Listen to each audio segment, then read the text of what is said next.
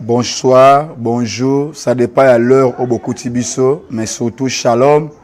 Na bande konyo so oyo bulanda la chaîne abiso MNTV.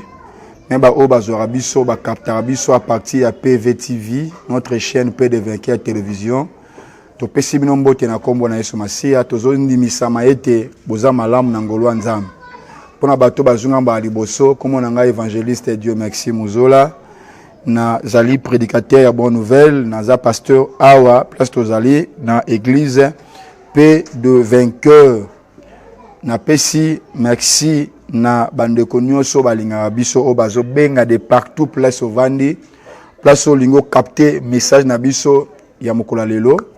Que le Seigneur vous bénisse et sans koyeba ete Yesu Masia o aza nzambe na biso, aza non seulement protecteur na biso, aza non seulement guide nabiso, mais aza aussi celui qui nous fait du bien.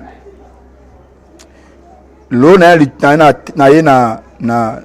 enseignement à Sika, numéro à Sika, on a été partagé ensemble na bino, où ils ont intitulé le sommeil spirituel. Le sommeil spirituel. Pongi ya molimo. Pongi ya molimo. Total ba conséquence nango. Makambo se passe lorsque mutu alali d'une manière spirituelle. Et quelles sont les choses où il y a à vivre, il y a à kuta nango, il y a à vivre yango. Et c'est aujourd'hui que nous allons partager ces choses. Tout semble na kombo Yesu Masia, tata au nom de Jésus. Nous dédions ces moments précieux entre tes saintes mains. Sois avec nous. Et ça biso ma coquille à transmettre enseignement lelo. Pesa moko na moko makoki ya kozwa pe kuchala misala na menacer fox nyonso ya yote bebisama na kombo Yesu Kristo ya Nazareth neto bondelaki amen. Oui, bien aimé le Seigneur, le sommeil spirituel naturellement pongi eza mabete pona mutu. Pongi eza tellement important pour la santé ya mutu. D'ailleurs selon baminganga batiara bistola la 8 heures du temps. Babi, c'est bien, c'est une bonne chose, moutou na vie, à 8 heures du temps. C'est-à-dire, chaque jour, il faut soit à 8 heures ya pongi. Yango au moins, tu me soucies, babi la malade, ba surménage, il va prendre ma cerveau. Et ça, c'est parce qu'ils ont été malades. Mais ça, parce que, ça va retard, ba pongi. Ça va temps, moussous, pongi, là, la raté, va travailler plus la nuit. Ça fait pongi ya boutouna, pongi ya moïse en moté. Lorsque tu te sacrifies pour dormir, et na moi et za neng moto do ko zoape 8 heures ya pongi. Mais le sommeil c'est une bonne chose d'une manière physique, c'est-à-dire naturellement. Mais laisse-moi te dire spirituellement pongi ezelo mabe. Batu mingi na vie ba perdra o eza mutuya à cause ya pongi ya molimo. Naso ba pongi o te. Non, na moi boyela na yo. D'une manière naturelle, là la pongi c'est important. Mais na pekisi yo o la pongi d'une manière spirituelle. Na mukanda ya Matthieu chapitre na yango Matthieu chapitre yango 26 verset 41. Matthieu 26 41. Jésus-Christ a yebise pa ya bato. Ba disciple na ye alobi veillez et priez pour ne pas tomber dans la tentation. C'est toujours mona diable ça ba piège. Diable ça bongi ça ba mitambu na ye a placer partout. Azoluka akanga bato o nyonso bagoya kokota la mitambu na ye. Mais moto nyonso tende akota la mutambu ya diable. Moto azo kota la mutambu ya diable, baza bato nyonso bazo lekisa pongi. Bien le Seigneur. Lorsque moto azana pongi, nde yende Satan azo luka po ameme na kata sacrifice. Bien le Seigneur. Na kata dictionnaire ba parler biso sommeil ezanine. Babi sommeil ezali étant il y a inconscience. Lorsque Moutouaza est inconscient, voilà pourquoi Pongi est comparable à Liwa. Moutou alali, na Moutou akufi, bazan nenge moko. Différence sera par rapport à Pema. Oh ya lali, azo respirer. na sa respiration akoki peu kozwa songe ou encore kozwa pe rêve mais moto akufi ndazo respirer te ndenge aza bongo eza pratiquement impossible pour na ye à rêver à kanisa parce qu'il est déjà mort. La différence c'est par rapport seulement à wana mais bango de bana kati état inconscience mais étant inconscience c'est état moko mabe makasi. Lorsque tu es inconscient, le diable viendra pour te manipuler. Le diable viendra pour te manigancer. Diable luka muto na ta inconscience. Ozomi yeba lusute. Bongo ne soit plasté. C'est alors il viendra pour détruire oeza malamu na kata bomo inayo. Bien le Seigneur. Noti ayo obima na kati inconscience. Bima na kati inconscience ya monde amolili. Bima na yango. Ce n'est pas du tout normal. Ce n'est pas du tout bien.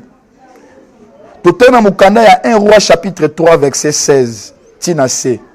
1 Roi chapitre 3 verset 16. Il y a Tina 18. Tina C. Je lis au nom de Jésus. Alors des femmes prostituées vinrent chez le roi et se présentèrent devant lui. L'une des femmes dit, pardon mon Seigneur. Moi et cette femme, nous demeurions dans la même maison. Et je suis accouché près d'elle dans la maison. 3 jours après, cette femme est aussi accouchée. Nous habitons ensemble. Aucun étranger n'était avec nous dans la maison. Il n'y avait que nous deux. Le fils de cette femme est mort pendant la nuit parce qu'il ne s'était couché sur lui. Elle s'est levée au milieu de la nuit. Elle a pris mon fils à mes côtés, tandis que ta servante dormait et elle a couché dans son sein. Et son fils qui était mort, elle a couché dans son sein. Le matin, je me suis levé pour allaiter mon fils. Et voici, il était mort. Je l'ai regardé attentivement le matin. Et voici, ce n'était pas mon fils que j'avais enfanté. L'autre femme dit, au contraire, c'est mon fils qui est vivant. Et c'est ton fils qui est mort. En tout cas, tout ça, la continuité, Yalitangi Nandaku. Bien-aimé dans le Seigneur, histoire au bazo bete la biso, Namukane 1 Roi chapitre 3, verset 16 à 28. Et ça, histoire, il y a 2 femmes prostituées. Basi Obi Bale, ils travaillaient ensemble. Ils vivaient dans une maison ensemble. Ba pesi so ba komba ba so mibalete. Ba loba ki te ke ye komone nani et l'autre komone nani. Ba identifier bangote. Mais la Bible dit ceci. Et comment qui na période moko boye, le 2 femmes oyo ba botaki. Mais ba botaki nzela moko te. Moko abotaki. Après mikonomi sato mosusu pe aboti. Tant ba boti bakoma kiko vanda esika moko nandaku moko mais ba mbetu la bango zaki différent o na mbetu na ye o pe na mbetu na ye et balali bisika wana pendant que balali pongi la Bible dit moko ba pesi kombo ne pete na bango mibale abaluki mwana yaki pembeni tango abaluki azu mwana na ye moko amateli ya finiye et mwana wana akufi. Tant que mwana kufi atali penepe na moni muningane moko muningane pe ana mwana abi en réalité na ko permettre te mwana na ngai azala kokufa il faut ça l'échange réaliser mutema mabe ya bato ozo makila bato angane obokola yaya muto yi place abimélité papa na oyebité famille oyebité olingo ça l'échange bien aimé azui mwana na ye aki asali échange ya mwana oyo ya bato yaki na bomoyo apesi voisine na ye mwana na ye akokufa et bongo azui mwana oyo akokufa mwana oyo bomoyo plutôt yake na ye balali pongi oyo alalaki pongi ye pe azoyeba te zoka basali ye échange ya mwana na ye akokufa bazui mwana na malamu bazui oyo akufa bapesi epai na ye. Il y a un inconscient. J'avais dit au début que le sommeil, c'est le temps de l'inconscience. Oh, mutuna katsa makatnae a yebite o ezoko s'est passé. Tant que tu as tu es tu as famille, wana mwasi, wana mobali, wana bana, tu es batté. Tant que tu as pongi batté dans la famille na bogolaka. Nga za pasteur na batu na kambaka en église. Quand je dors, na ba surtout que dans la famille na bal na kambaka. Je ne sais même pas dans une église na dirijak. Na yebité. Na la pongi, moto ali pongi alors mutu sakufi. Tu ne sais pas, tu ne sais rien, absolument rien. Tu dors. Voilà pourquoi. Nasi a pongi, to moni detu pi abatu. Moko abomi mwana ye moko. Mususu basali échange ya mwana, bazu mwana malamu, bapesi mwana mabe. Si j'ai oyo autorité oyo ete biso pe. Débre Seigneur, bato mingi le mo azotambola d'une manière physique. Ayaka pe église. Azoya, mais vie de prière c'est kufa kala. Vie yakobanga nzambe c'est kufa kala. Quand je dis sommeil spirituel na vie chrétienne ezali catégorisé dans deux choses. 1. Manque ya chrétien nzambe kati na yo. 2. Manque ya vie de prière. Parce que la vie de prière est constituée de deux vies. La vie de sanctification, c'est-à-dire la crainte de Dieu, et la vie de prière. Ce qui balo c'est kufi. Oza mutapongi, wa mutu derrière ko kufa. Et ce qui vient kobanga nzambe c'est kufi kati na yo. Ce qui vit ya prière, c'est sili kati na yo, c'est fini. Au koti na kati, il y a sommeil spirituel. Oh, celui qui est dans le sommeil spirituel, il doit beaucoup perdre. Il va beaucoup perdre, yaya. Tout le monde dans la Bible a comment les deux personnes ont perdu leurs enfants. Oh, l'enfant selon la parole du Seigneur. La Bible a dit, moi, nazali pamboli ko ute pa inanzam. C'est que basi oyo, o bazo kote la kati l'église, na kati ndaku, ndaku wono moni c'est l'église. Mais tu me diras pourquoi baba prostituée? Oui, nous aussi nous étions des prostituées. Nous sommes une église, nous étions des prostituées. Nous sommes des femmes prostituées, nous sommes des Rahab. Selon le livre Josué chapitre 2, les Rahab de prostituées, c'est nous, nous sommes des Rahab. Mais pourquoi on est prostitués? Avant que Yesu Massi Alba Labiso, Ajoabiso, nous avons été les femmes. Yababi Bali Ebele. Ozaki mobali ozaki na kindumba, ozaki na koina, ozaki na kofinga, ozaki na mibali nyoso wana masumu nyoso wana mibali na yo. Lorsque nous disons que Rahab, selon Josué chapitre 2, Rahab la prostituée, Aza y mange l'église au epa wapi avant Christ a kolukaye, elle vivait déjà dans le péché. Lorsque non yamba Yesu Masia tu étais dans le péché, tous qui va prostituer. Mais à travers l'évangile du Seigneur Jésus-Christ, on nous a prêché l'évangile, on nous a prêché Jésus.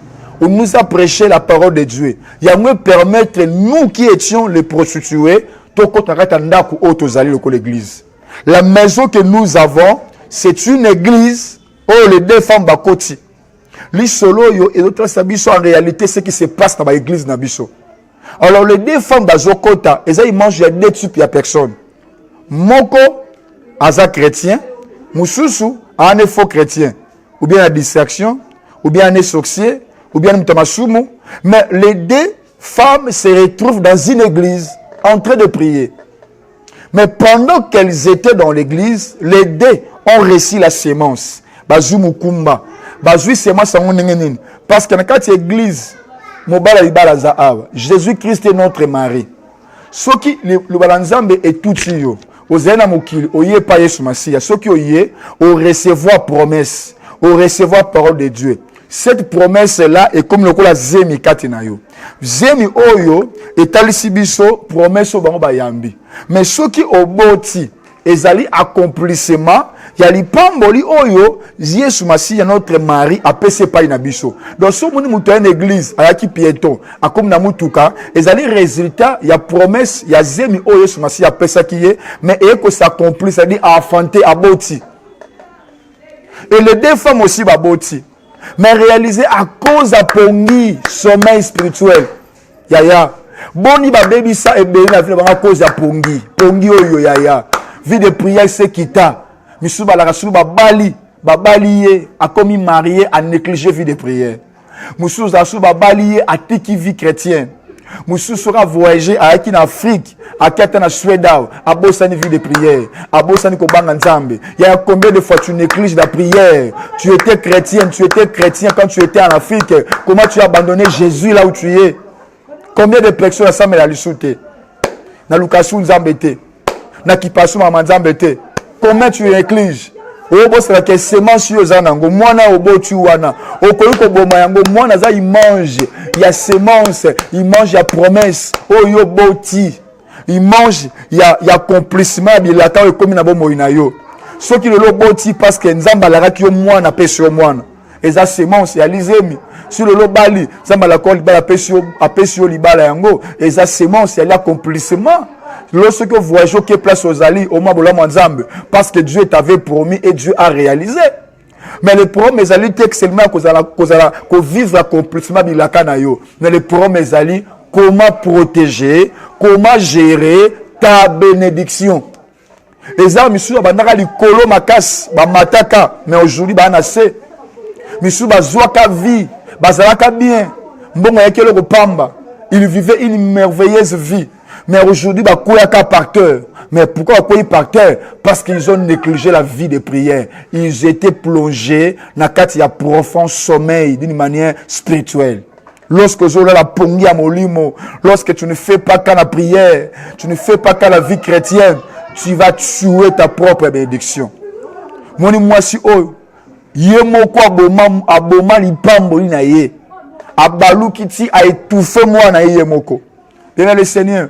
Au moins que musala wane kufa oboma yango yomoko mwana uso perdre siko ya kufi obomi yomoko même le Seigneur libala ombala kimio mbala ki proche no loazate tu ne vois pas que okimisi mbali yomoko bato mingi baboma ya bango mapamboli bango moko voilà pour la Bible dit tu perdras ton héritage à cause de ta propre faute na yomoko perdre li pamboli na yo. Moi si mutu a quitté la marteau à côté moi na mutu ko ité yemoko à cause de la négligence makamwa nzambe.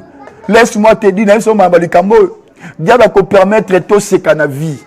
Tant on va être lolo ba cri de joie on a biso bali on a biso boti azuivi Satan va contenter. Le diable c'est même bato en entourage na yo. Bon c'est pelaté au matin.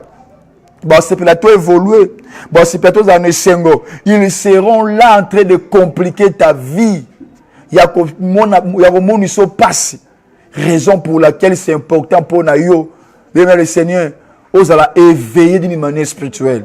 Veillez et priez pour ne pas tomber dans le piège du monde à ténèbres. Veillez et priez pour ne pas perdre ta propre bénédiction. Veillez et priez. Bien, mais on ne peut pas protéger ta bénédiction par la parole seulement. Et si maintenant, non, mingi ba loba yango ba koka bango. Mingi ba loba yango misala bango kufa. Ba loba yango ba kauka. Mais on peut protéger ta bénédiction par la vie de prière et la crainte de Dieu. Bien, le Seigneur, si cette femme avait veillé, avait prié, on a qui jamais qu'on perdre moi naé. Tant moi na kufi, atali muninga, abiya azola peka loko ngai, na sale péché. Ha, bato mingi pe bazande ngwana. Ye abomi lipamboli te. Yende muto ye ko changer lipamboli. Il y a déjà ba transfert ba vie. Étoile aux alentours étoile na oté. Ba sala yo échange ya ba étoile. Bien le Seigneur. Zametanga sali yo, asalo une femme bénie. Une femme montante, une femme rassurante. Mais aujourd'hui, pourquoi? Parce qu'il y a déjà des gens qui ont changé. Yo tant aux gens sommeil, vie de prière, c'est si là, le diable est en train de travailler. Laisse-moi te dire, tos en face, il y a un ennemi à l'embarrater. Tos en face, il y a un ennemi qui a échoué, c'est-à-dire a échoué, mais à hôtel, ma lisusu. Ba beta n'a pas yesu machine à l'icolo à quoi il n'a c'est. Tant que Yesu a na kata boîte à l'andi sous Jésus. À quel désert l'andi sous Jésus. Soit bangaka le créateur tazo landa bazo beta zo bon ya olemba yo. Pour yebi ke mutoyi manzota lembaka. Akobe tanga le lobi na obeta ye. Bato ba beta diable le lobi de la beta bango. Bato ba tumba diable na moto le lo fait diable ziki lobi ba on de ba tumba bango moto. Bien mais faites attention. La vie que nous avons et la vie à bitumbe, la vie à bataille. Mais le simba okola pesio. enfin que ça l'échange était bon bazala ba échange à mabala mobalo fala bala yo yete mtabala ba sala yo échange ba comprendre que étoile moko eza ba salu échange vie ozo vivre wana eza vie foza na ngote monde a teno be salu échange ya vie fiancé de tourmenté wana za fiancé ko la pierre ki yote ba ko sala yo échange ya fiancé musala ozo mona nango pasi wana musala eza ya yote en réalité nzambe apeso musala wana te monde a teno be salu yo échange ya musala wana. Il y a les échanges de bénédictions. Bazu o ba pesi wana. Au moins à cause ya pour ça l'échange. Si la femme était éveillée, elle ne pouvait jamais accepter ça l'échange. Malheureusement parce que le diable a ça l'échange, on peut se leur malamuté. On peut se leur mutu passe. Si le diable ça l'échange à musala, on peut musala mutu passe. Si le diable peut se échange ya fiancé, on peut se fiancé à mutu passe. Celui qui a pu échange parce que c'est le diable et là malamu ils a raté. C'est le diable il n'y a que la malédiction et la condamnation. Mais sois éveillé. Oh ya yo bakobo to langote, zala éveillé. Mais j'avais aimé l'attitude de cette femme. Lorsque cette femme s'est réveillée, la Bible dit attali attentivement son enfant. Alléluia. Dans l'exercice wana, je musana attentivement. Est-ce que ce travail là et musana nzamba pesa kiyango ou bien ça contrefaçon au diable pesio. Joie réalité fiancé aux anaïe, talaye attentivement. Prends le temps de prier pour les fiancés là. Est-ce que c'est Dieu qui t'a donné? Pourquoi seulement fiancé ko la pesio boso na mikolonios? Chaque jour incompréhension. Bokanakate, talaye attentivement. Est-ce que c'est Dieu qui t'a donné ces fiancés? Tala attentivement santé na yo zo zalango lelo. Joa photo kala tala santé na lelo. Est-ce qu'en réalité santé aux zalango et à santé on va pesa yo to ba sala o échange ya santé. Ba zo tension na yo ba longo la, ba peso tension moko ya kotoboka. Ba peso estomac moko ya kotoboka en sorte que chaque jour o comme esclave ya ba kisi. So meli kisi te o malamu te. Pose à la bien forme la kakisi. Na salio échange estomac, échange attention, échange ya pancréas. Pour vivre bien forme l'insuline, bah tu sais ton insuline. Aux autres passer via passe ya diabète. Pourquoi parce que va changer au pancréas, va pas changer au pancréas. Alléluia. Au semble les panzambi ya. Après le temps oyo, ozo attend qu'on prie panzam. Moi c'est à comprendre à sali observation à landeli, à comprendre la réalité où ils a ngate. Aïe moi na ngazala boete awo na biso santé na yote na bi classe wana oke na ngweza yote wana za vie na yote ya yo vie za kandengo na te. Je m'adresse à toi ya yo vie za ka bongo te.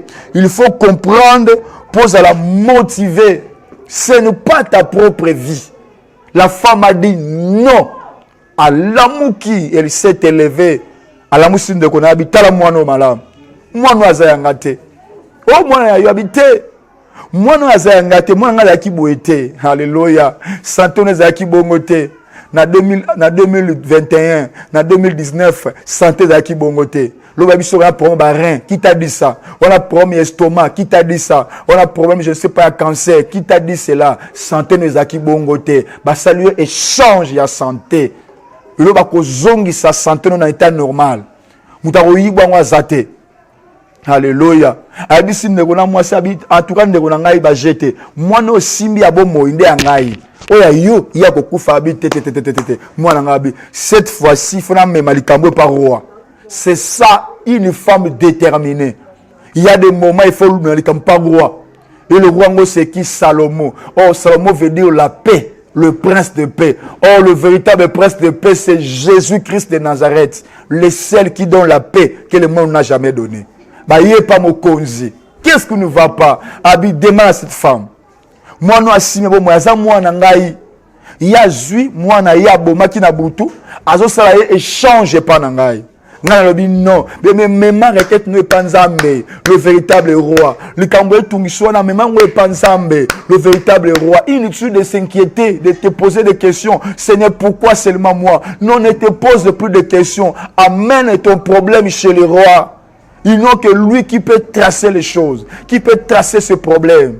Le monde que nous avons est un monde d'injustice. Le monde est un monde de co, est un monde à passer. Mais le véritable juste juge, c'est Jésus-Christ de Nazareth. Fais comme cette femme. Mais maman pas mon konzi. Mon konzi katali kambo. Mon konzi abi bon. Problème est athée. Non, je suis quoi épée. Non, je me prends ensemble. Je me prends en oh, notre roi a katali kambo te. Jésus-Christ, lorsqu'il veut trancher un problème, il présente le paix. Il nous présente toujours le paix. Oh, c'est là Éphésiens, chapitre 6, verset 12. La Bible dit le paix, c'est la parole. Le paix, c'est la parole. Christ, il prend toujours la parole. C'est la parole qui nous justifie. Oh, je m'adresse à une femme qui m'entend.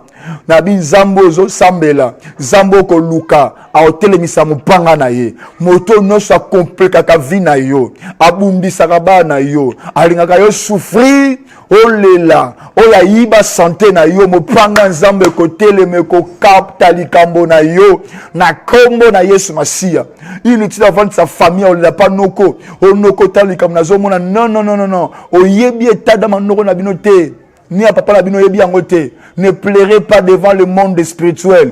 Yo kaso la yo mona douche oza yo moko non, tu peux être seul en train de pleurer. Entre-temps, tu es entouré par les esprits. Ce sont les mondes spirituels qui contrôlent le monde physique. Le monde physique est ignorant, yebite. Entrez chercher la face du Seigneur, le véritable roi. Jésus-Christ, il est le roi des rois. Si Salomon était le roi d'Israël, mais Jésus-Christ est le roi des rois. Asi mopanga na ye, alingi akabula promo wana. Je prophétise sur toi. Célibé kangayo wana. Boko kabwana na ye na kombo Yesu Masia. Blocage kanga vina yo. Boko kabwana ye na kombo Yesu Masia. Ba soksho ba bumlisa vina yo boko kabwana na ye. Et c'est là au nom puissant de Jésus-Christ. Tango roi simbi ka mopanga abina okabula sikoyo. Po yo lobi ke mwana za yo. Yabi mwana za ye na kote la nani. O mwana ngai na kabula mwana bomoyi akufa o ya zwindambo directement mbeli o eza epesa la justice. Ha, hallelujah. O ya bomoyi habite roi. Pesa eka mwana yango mutema passe na mwana ngai akufa na misu na ngai pesa ka ye mwana ngo na yebi eloko mosu mwana akoli parfois ko yebanga mais je ne peux pas permettre o yanga mwana kufa o musabi bakabule kaka to esila roi lobi en réalité vrai mukolo mwana eza o yazoka mutema passe tu vois mopanga nzambe kati kamba mama oyo nazo déclarer la parole de Jésus-Christ de Nazareth yango pe kata likambu na yo na premier lelo na pokwa lelo na be kata likambu na yo e kabola likambu na yo likambu ezaki na réponse était oyo ezaki na problème moson le rumelaki zamba kata likambu no wana asukisa te bangunya na yo na kombo na Yesu Kristo neto bondelaki. Amen. Je bénis tout le monde balandinga et que le Seigneur vous bénisse. Merci. Toi ne sais moi makasi ne bandi bisoto se na bino bo liker, commenter, partager l'émission et pourquoi pas abonnez-vous à notre chaîne PVTV et puis MNTV et le Seigneur vous fera de grandes choses. Bien le Seigneur, c'est votre serviteur, c'est votre frère évangéliste Dieu Maxime. Nous allons encore continuer. Yako milabino basango malam, enseignement malam pour vous édifier. PDV TV et les instruments et évangélisation. Que le Seigneur vous bénisse. Merci. Bye.